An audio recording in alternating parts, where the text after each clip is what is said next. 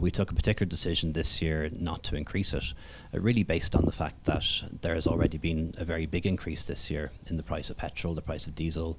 We're heading into winter, so a carbon tax would have affected the price of home heating oil, the price of electricity, the price of gas. And the whole idea of a carbon tax is it increases the price of those things. But we're going to have to bite the bullet at some point. Is that not the case? And is it not the case that, I know there's a lot of talk about election, it doesn't look good to be walking into an election when people's bills are going up. Is that the case? Well, they're going up already.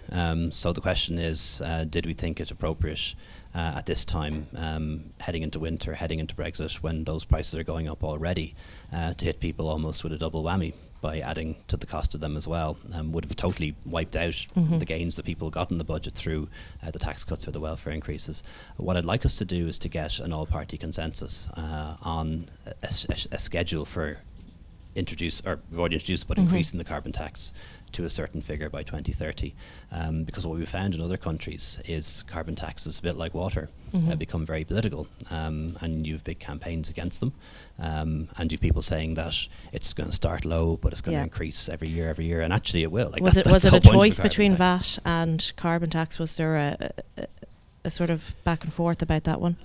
It would have, like the VAT measure, bear in mind, was a temporary one, so it was always going to be reversed. That will bring in about 480 million in year one and 600 million in a full year. You would need a very big carbon tax increase to bring in that kind of money. And was there any ever... You know, think of people who are commuting, who are filling their tank with petrol or diesel.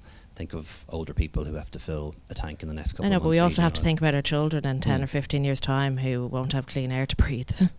Yeah, and when we have environmental measures, for example, in the budget, one thing we've done is to increase the VRT on newly bought diesel cars. I don't actually think putting diesel up by another 2 or 3 cents would have radically changed people's behaviour and improved the environment. Unfortunately, people would just have had to pay.